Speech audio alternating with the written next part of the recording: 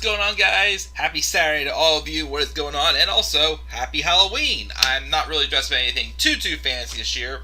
Just as a baseball player, wearing one of the softball jerseys from the softball league I played in this past year. And of course, the shirt I'm wearing is actually from a team that unfortunately I was not picked for, but it is actually a team that's dedicated in honor of my uncle, who, those of you who've been following me for a long time know, just passed away this past April. So obviously, I've always expressed my love for wrestling on this channel. We all know that baseball was the sport I first truly fell in love with. And of course, with that, and it being the first year without my uncle, I dedicated my costume in his memory. So I'm dressed up, in character for the day. But got some wrestling to catch up on today, guys. So first, this is the Club of the Band 1993, and we are here live for my live review of AEW Dynamite from this past week on Wednesday, October 28th, 2020 at Daly's Place in Jacksonville, Florida. Again, I was just tired after I caught up from AEW on Thursday, and then last night I was supposed to review this, but what happened was had some virtual last minute plans with some sister, friend, cousins, and other people to play Among Us. So I actually was playing Among Us while watching SmackDown. Of course, the part that I cringed big time over, we'll talk about that another time, because this is not about SmackDown. This is about AEW Dynamite, as this is the second to last show, as we are inching closer to Full Gear. And let me tell you guys, that's a really stacked card. Of course, All Out, again, had its dips, particularly because of the Matt Hardy and Sammy Guevara situation, which they may make up for with the Elite Deletion match. But again, Full Gear is shaping up to be stacked. That's for damn sure. That's going to be... I'm setting my expectations high for that show. That show is, to me, a pay-per-view of the year candidate for me. It is. I'm trying to, I think, these are my best pay-per-view of the year so far. I would say, probably Rumble, SummerSlam, I would give it a nudge for that. Maybe Revolution, NXT TakeOver Portland. This show, Full Gear, AEW's Full Gear, maybe my pay-per-view of the year, if I'm counting both WWE and AEW. So those are the only two promotions I watch full-time. But, again, the card is stacking up, and this is another good show. Didn't quite hit the high note that I was hoping for as we hit last week. Last week's show I thought was, almost perfect. This week's show, it was still a really great show. Couple little nitpicks, though. Tiny ones. But still couldn't take away from how great I thought this show was. Again, Dynamite, to me, for some reason, seems to always, for the most part, put together great, shows when they're, just about there for their pay-per-views. And this one did not disappoint at all whatsoever. Not really at all. I mean, a couple little things that are but it's not the worst thing in the world to me. But, we have to get everyone to talk about this. So, let's talk about the show. First, let's check the live chat. We've got Tyler. What's up, Tyler? Happy Halloween to you as well, my friend.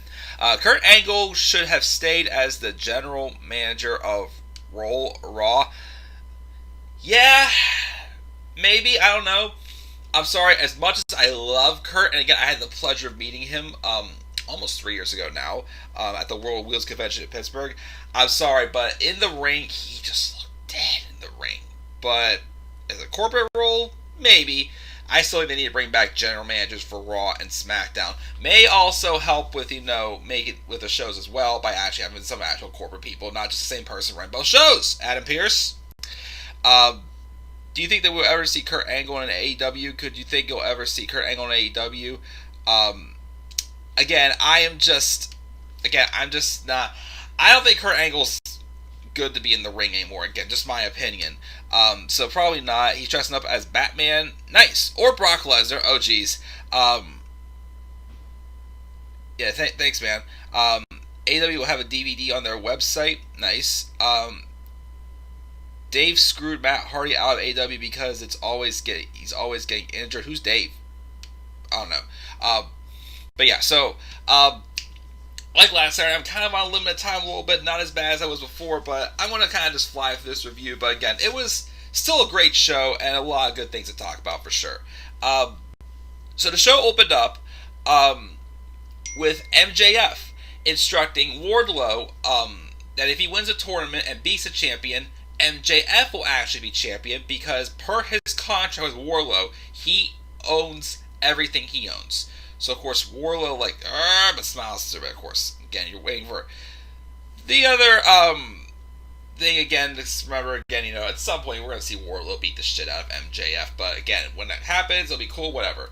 Sammy Guevara basically rolls up and says basically he shouldn't be joining the inner circle and whatnot. And there's tension there because they have the town hall meeting later on to decide whether MJF should join the inner circle. We had the first match, though, of the show, which was the first of two semifinals matches for the AEW World Championship number contenders Eliminator. And I mean, it's Hangman Adam Page taking on Wardlow. Not a bad match. It wasn't anything super duper special, but again, it was still good. Again, my thing though is I kind of wish they would give Wardlow some more opportunities, just so because the few shots. Well, again, I don't watch AEW Dark. I mean, I just don't have the time to watch all of these shows, but so apparently I didn't know until this show that Shawn Spears was 15-2 this year. But Wardlow's just 1-2. He's only used in situations where it's you gotta get through Wardlow to get to this this or something like that with MJF basically. And basically he's just that stepping stone between to get to MJF pretty much. And I don't think Wardlow should still be in that spot. I just don't think he should continue to be there because I think you could at least give him something a little more to beef up his resume than just basically just fighting MJF's battles basically, you know what I mean? But whatever, it was still a good match. Hangman Adam Page won with the buckshot, and of course we wait to see who he will face in the finals for the number one contenders tournament at Full Gear, which we all know who it was going to be, but just the fact that we were going to get it still sounded awesome. Just inching our way to it. Jon Moxley cuts a promo, from a different area about how his match against Eddie Kingston is personal and he is going to put him in his place. Eddie Kingston talks about how Jon Moxley is not there at the show today and he wants to pick a fight. And he picks that fight with Matt Sydal, of course, formerly Evan Bourne. Mostly a squash match, but, it was just to put over Eddie Kingston. He wins the submission.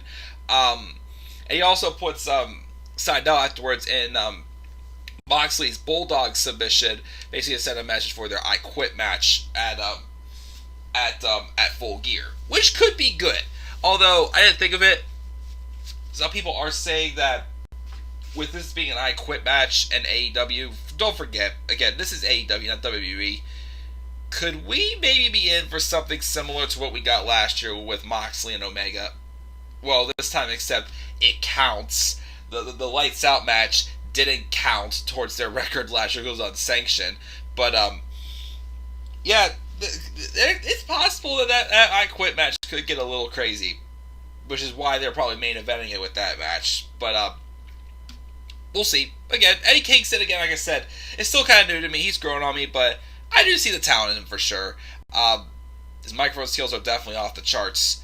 And again, I thought at first this was kind of like a filler feud for Moxley to do, since Archer got sick for those 2 weeks before their match on October 14th. What's only about Archer is why is every time he's getting these opportunities, as soon as he loses, he just goes away and it's just obscurity. I don't quite get that either. But whatever. So we'll see what they do with Moxley and Kingston at Full Gear. Then we have this interview with the Young Bucks and FTR, who are in different locations via satellite. The Bucks disagree over how Matt Jackson's ankle was hurt. FTR talks about how being champs is better than any dream match, but the Bucks talk about how they're good people, and sometimes good people do bad things and justify themselves at length. Basically, trying to cover up, well, we've been doing some pretty crappy things lately, which they have been. show that, they can do whatever they want for and get the money out of it. But now they're trying to, say, it's no big deal. It's like, kind of, who knows? And the FTR then walks off unhappy and mics up themselves because they weren't being asked questions. But then the Young Bucks talk about beating on themselves, and they announce that if they don't win at Full Gear, they're going to never challenge for the titles again. Do they really think that the Young Bucks are never going to be world champ? I mean, well, not world champ, but tag champions. Like Cody Rhodes, again, him being, obviously, a corporate member of AEW. At some point, even though I was hoping, and again, this is me again the nitpicking about AEW. I don't get why AEW kind of has these feuds that can't go more than one match. Well, besides Chris Jericho and Orange Cassidy, I still thought the best way to tell a story with Cody Rhodes earning back his AEW World Championship opportunity was for him to eventually beat MJF, because MJF beat him at Revolution. But they kind of just dropped the feuds. It should have been that feud that was it wasn't always going on, but it was lingering around in some ways. Because MJF is the reason why Cody Rhodes can no longer challenge for the AEW World Championship. If they would just see Cody Rhodes just turning heel one day and being in charge, saying that I can I can make myself challenge for the world title again and whatnot. It's like that doesn't quite interest me as much. Again, I still felt MJF should have won the world title off of Moxley, and then have a reign with it, and then Cody Rhodes be the one to dethrone him, because again, the only reason why Cody Rhodes couldn't challenge for the AEW World Title is because MJF threw in the towel. So, nitpicking there, but getting back to it, that works for Cody. As far as the Young Bucks go, what's the story going to be there if they lose?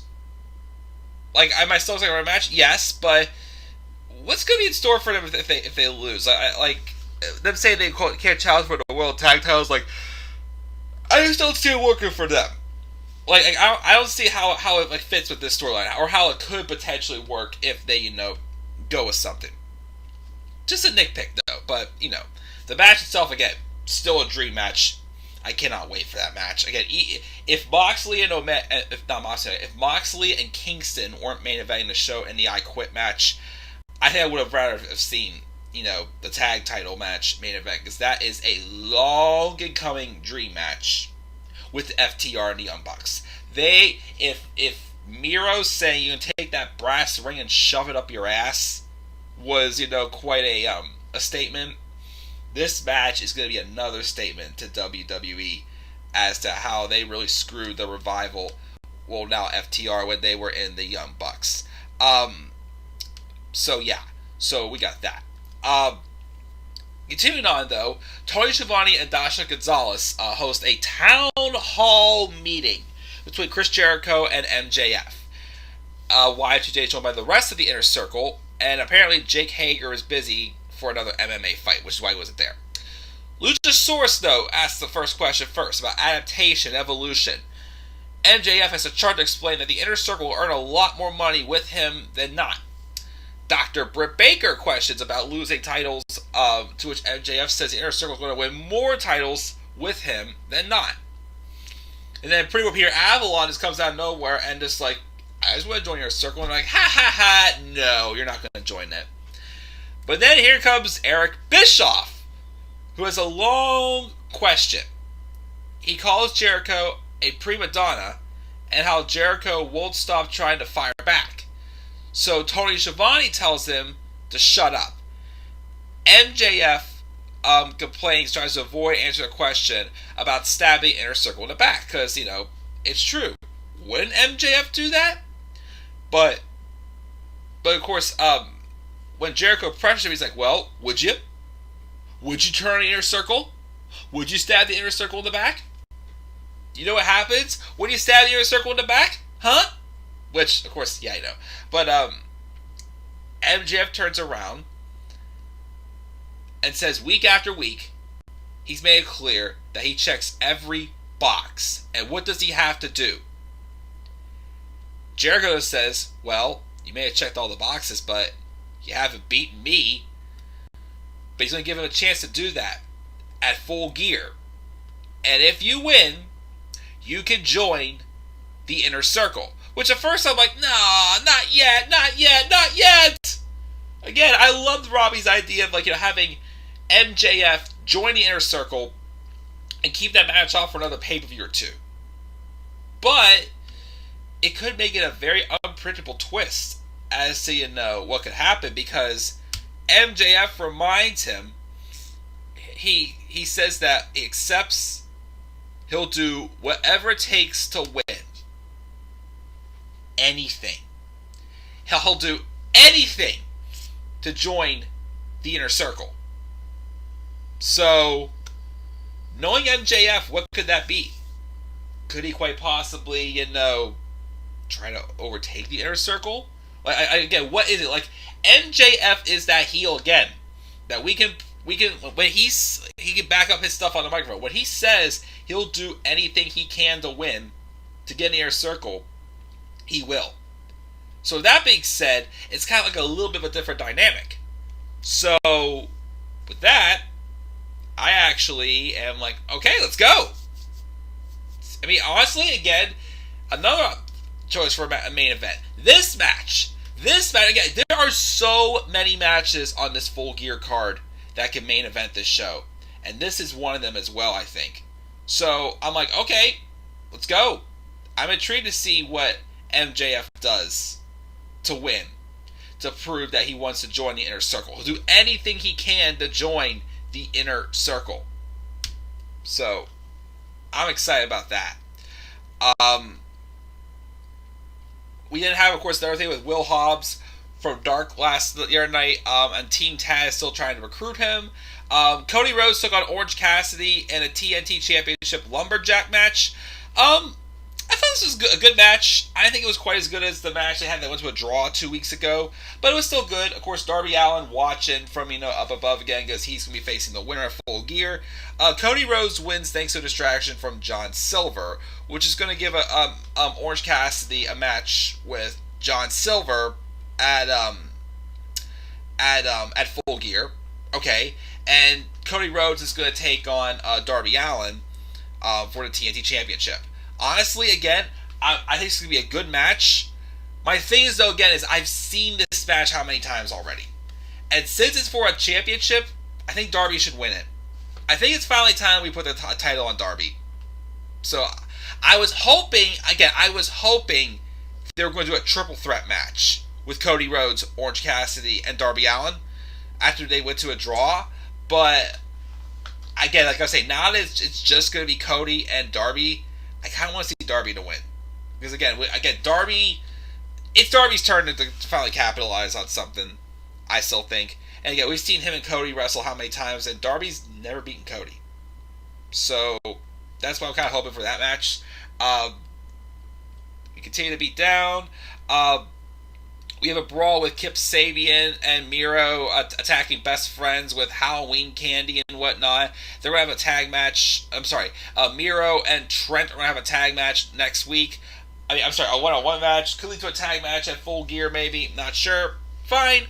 Also, we have a new NWA Women's Champion, Serena Deeb. We all know I definitely have been intrigued by Serena Deeb for sure. Seeing her in the Mae Young Classic and all those sorts of things. Well, that I've been able to witness from her so far. But now she's the NWA Women's Champion. She dethroned Thunder Rosa last night, apparently. She had a hard-hitting, back-and-forth brief match with Layla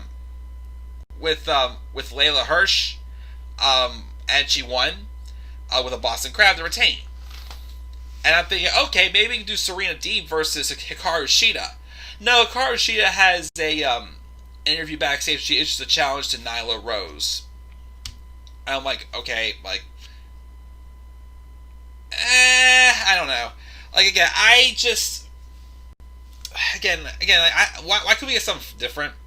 I mean, everything too is, why is Nyla Rose getting a rematch, but yet Chris Jericho is not getting a rematch still for his championship? I still think MJF, in character-wise, should be pleading for a rematch with Moxley, since even though, the referee wasn't looking and MJF cheated, Moxley also broke the rules also. I don't know why I'm not doing that. Again, maybe a triple threat match down the line. I don't know. But why are we doing another match with Hikaru Shida and Nyla Rose? Like, I would have rather seen something different. Whatever, though. Who knows? But yeah, that's one of my really big, matches I'm not looking forward to at Full Gear is that. Shawn Spears with his black glove squashed VSK with the C4. It's like a Death Valley driver. Afterwards, though, someone dressed up in a miniature heckles Spears and throws candy at him. And Spears brings him and starts fighting with him and ends up being Scorpio Sky, and they're going to have a match next week. Okay? So, Shawn Spears and Scorpio Sky. Shawn Spears, though, is 15-2, I saw. So, maybe he go after the TNT Championship. Again, actually give Shawn Spears a little more of a push, please. Again, I don't watch Dark, but he's 15-2. Very underutilized in WWE. I've been waiting to see them kind of give him a little more of a serious direction. Maybe this whole black glove thing is going to actually work for him. Because I'm intrigued by his character, but I'm waiting for more. So maybe we'll get that from Spears and challenge for a TNT champion. Again, him and Cody having a rematch. Cool. Him and Darby. Fresh. Awesome. Maybe. We'll see. So, we got that. And then we finally have, of course, it was explaining that Penta L0M is replacing Rey Fenix because of Rey Fenix's neck injury suffered in her match last week. But the main event was Penta L0M taking on Kenny Omega in a pretty awesome number of contenders match as we thought it would be. Again, I am, intrigued by, the change in character for Kenny Omega being the cleaner. Of course, most of you New Japan fans probably know more about the cleaner more than I do because I don't really watch New Japan. Again, I'm already have my mindset of Kenny Omega is like one of the best in the world, but of course, again, they've held off on him, like making him like the biggest name on the brand for now. But of course, now that he's been a year in, they're starting to let loose and let Kenny Omega be Kenny Omega. My only thing is though, is it just viewers feel like they're doing a little bit too much too quickly. Like they're exposing too much of his new character a little bit too quickly. Like they could tone it down, I think just a touch, I think, in my opinion. Not make it, super duper obvious that he's changing character, but implied in some ways. Like I feel where he is now, he should have been once he fully turned on Hangman Adam Page. You know what I mean? But still an awesome match for sure between the two of them. Kenny Omega won with the one-winged angel. As I think, Penta L0 did try to, weaken up Kenny's good arm for him to do that, but he was able to pull it off. But yeah, it's going to be Kenny Omega versus Hangman Adam Page at AEW Full Gear. It's going to be an awesome match. Another thing I can say too is they kind of veered away from them a little bit as well. Like, yeah, that's another thing I nitpick about AEW. Is like they veer away from some big storylines and then try to come back to them, but it's like, oh, no, it's a big thing. No, it's a big thing. It's like a little more consistency with that, in my opinion. But that's going to do it. That's my review of Dynamite. Let me see your polls on Twitter here really, really fast. What grade did you give AEW Dynamite this week? 11 votes. 91% said A, 9% said B. I gave this an A-. Like I said, a couple little nitpicks, but still a very good show by Dynamite. Let me see here. Let me see what we got here. I meant the owner of AEW keeps screwing that Hardy out of AEW because he's always getting injured. Oh, Tony Khan. Do you think MJF's going to beat Chris Jericho? That's a funny laugh out loud. It's possible. What's up, Robbie? With this current Inner Circle MJF program, do you think Sammy Guevara will be exiled and died with MJF, ultimately leading to a feud with Chris Jericho? So the Elite Deletion being a way to get Sammy Guevara out of the... Keep rolling with the script there, Robbie. Keep rolling with the script. That's kind of intriguing. I actually do kind of like that. He also says, his problem with AEW recently is the predictability in the recent championship contenders match, especially the world title tournament. So obvious who was headlining the finals. I do agree that definitely, especially that TNT Championship tournament, it was a little obvious, especially like I said, the problem I had with that tournament was it was great matches, but there were a lot of rematches, a lot of matches we have already seen. So I do agree that this tournament's a little bit predictable for sure. Still good matches, but I can definitely agree that could probably change a little bit as well. Is there going to be a triple threat match at Full Gear for the TNT title? Again, I wanted that as well, but unfortunately it's not. Oh, and Mike, happy Halloween, buddy. And to you and Daniel, good friends, you break my shit. Game over. Haha. Of course, Robbie. Happy Halloween to you too, buddy. It's okay, JR. It happens. You know what happens when you stab the air circle in the back? Haven't used it for a while, but I gotta update this big time with so many things, but you just made the list! I haven't used the list in a while. I still have it, though. Never getting rid of the list. Let me see here. What if that Full Gear Inner Circle beat down Jericho and have MJF be the secretly leader and beat the hell out of Jericho, turn him babyface and win the world title for the last time? It's possible. I think it's possible. I still think we should wait on that, though, because I still think Jericho and MJF as a team, to me, intrigues me. But that's not a bad idea. But maybe do that further down the line, I think. Is Daniel Bryan a job or now because he's got beat by Jay? Well, I'll talk about that in my SmackDown review. I was just thinking that if MJF wins and joins the Inner Circle, he could pull strings and get both himself and Jericho a rematch with Moxley for the title in a form of triple threat. Yes. Cool. Like if they even do that at, well, I don't know. Again, a lot of people are saying that either, well, if Kenny Omega wins the number one contendership match, people do think that Kenny's going to win. Again, my only gripe is again, it's Moxley and Omega again. Like, okay, cool, but are they really going to be able to outdo what they did before? That's my thing, though, with that. But if they want to set up, I mean, even if it's in between Full Gear Revolution, okay. But if not, save for Full Gear for Revolution, for both of them to get a triple threat championship rematch like that as well. JR watches Raw, SmackDown, NXT, and AEW. Same here. And sometimes NXT UK. I watch NXT UK, in groups. So I am going to try to do an NXT UK review soon as well, just to talk about that show as well. Because again, not the greatest show in the world. The talent still intrigue me a little bit. I don't know why you're going to get a rematch. Tyler gives it an A. Was Halloween Havoc better than AEW last week? Still give AEW the edge, but Halloween Havoc had more viewers. But NXT, don't get your hopes up about that. The creation of Kevin, for sure. Kevin's not wearing fancy. I still cannot believe they actually had that on WWE Shop for like a day or two for like $9.99. I would not buy that, though. Why did they never always have the NWA Women's title on the show in AEW, but they never have their own women's title on the show?